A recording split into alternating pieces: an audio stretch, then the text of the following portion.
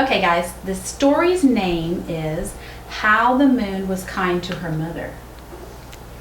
A long, long while ago, when the world was young, the sun, the wind, and the moon were three sisters, and their mother was a pale, lonely star that shone far away in the dark evening sky.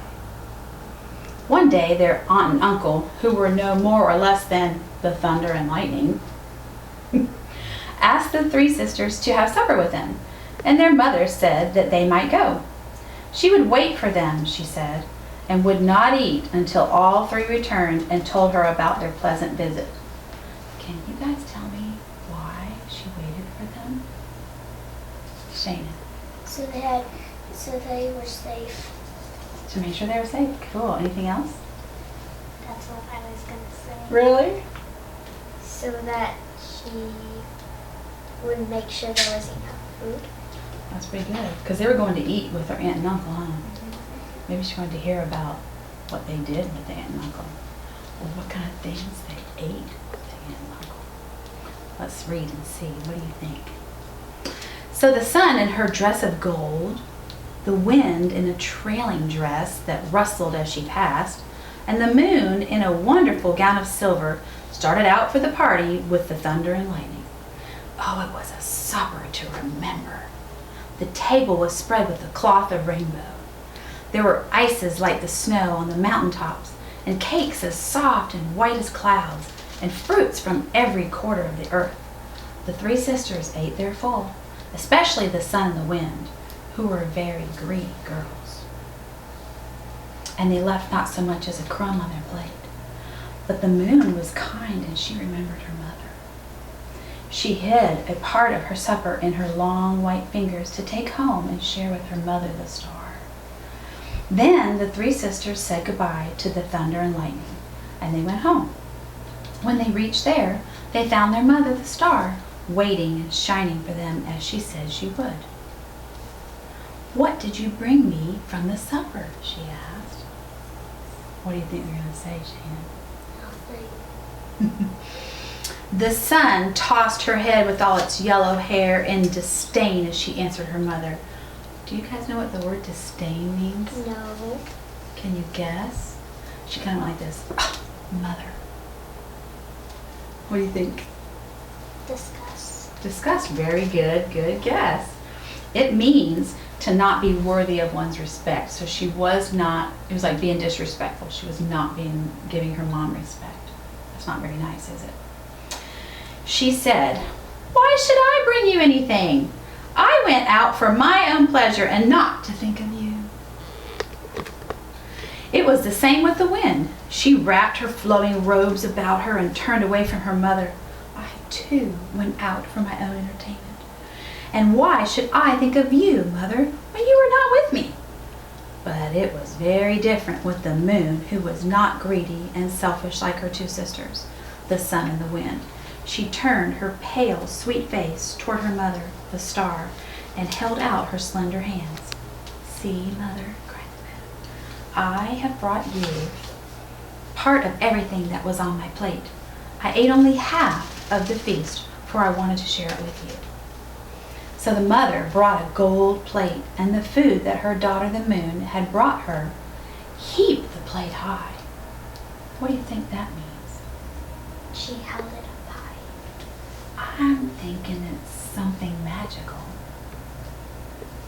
Can you think of another story that might have had something magical happen with somebody that had a little of something? What? When Jesus broke the fish and bread. Good job. That's what I thought of too. She ate it, and then she turned to her three children, for she had something important to say to them. And she spoke first to the sun. What do you think she said to the sun? Shannon. Why didn't you bring me any food? What else? Anything? Why did you not think of us? Very good. Think of me, right? She's talking about them caring about her. "Were you thoughtless and selfish? You were thoughtless and selfish, my daughter," she said. "You went out and enjoyed yourself with no thought of one who was left at home alone. Hereafter, you shall be no longer beloved among men." Now think of this. We're talking about the sun. Your rays shall be so hot and burning that they shall scorch everything they touch. Men shall cover their heads when you appear, and they shall run away from you. And that is why today the sun is hot and blasting. Next, the mother spoke to the wind. You too, my daughter, have been unkind and greedy. You also enjoyed yourself with no thought of anyone else. You shall blow in the parching heat of your sister, the sun, and wither and blast all that you touch.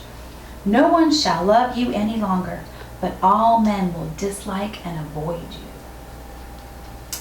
And that is why, to this day, the wind blowing in the hot weather is so unpleasant. But last, the mother spoke to her kind daughter, the moon. You remembered your mother, and you were unselfish, she said. To those who are thoughtful of their mother, great blessings come. For all time your light shall be cool and calm and beautiful. You shall wane, but you shall wax again. You shall make the dark night bright, and all men shall praise you. And that is why, to this day, the moon sheds wonder and beauty on the earth. Do you guys know what shall wane, but you shall wax again means? No. Shannon? It means that you shall wither and then not wither. It's very good, very good. Waning is when the moon goes away and then it goes to full moon and then it comes back. Good job. You guys have got it good. That was neat. So what do you think is the theme of the story? Shannon. The Indians. This is, you heard me telling it earlier about that's being an Indian legend. What is the thought? What is the main idea? What's the mom trying to tell the other sisters? What is important? You should have brought me. You should have been kind. You should have thought of her. Thought of her, right. And that's how we honor our mothers, by thinking about them when we're not around. And fathers. That's good. And fathers too. Indian legends do a lot. If you read other stories that are by Indian legends, they do a lot of explaining the things that they have going on in their lives by nature. They use nature. They make up a story that like this one did. Like the sun is hot because the sister was nasty to her mother. Mm-hmm. So if you read other Indian legends, it's really neat how you'll find how they applied different things in their lives to nature. They worship nature. They knew that nature was there for them. But that's really neat to hear stories made up like that. Did you like that one? Yeah. I think you should go find one about fathers. Do you Thank have you. one about fathers? There is one in here about fathers. I'll have to let you guys read it, okay? Thank you for helping me. You guys have a good day. Bye.